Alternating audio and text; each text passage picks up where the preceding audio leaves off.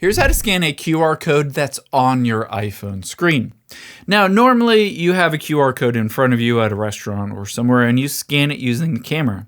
However, what happens when you're on a website or get an email or text with a QR code? The easiest way to be able to scan that is to use the Photos app.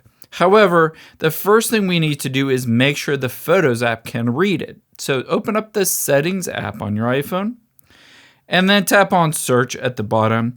And we're going to search for live text. And then tap on live text at the top. And at the bottom, toggle on live text that says select text in images to copy or take action, aka scan QR codes.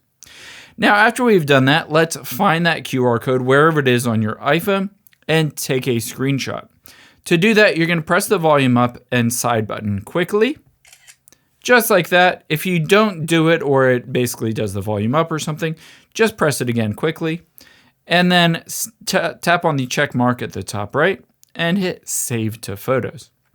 Now, after we've done that, let's just open up the Photos app on your iPhone.